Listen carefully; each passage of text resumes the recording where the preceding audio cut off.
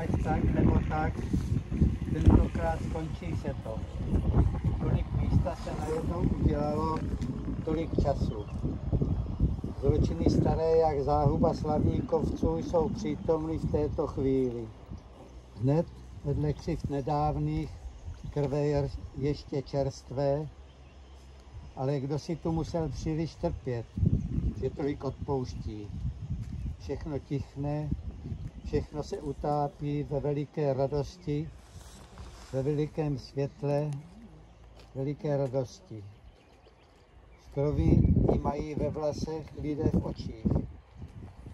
Každíčké zrnko prachu je jí obklopeno, jak svatozáří.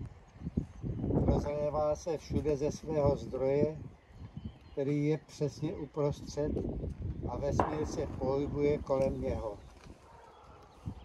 Ale pro tolik světla zdroj nevidíme.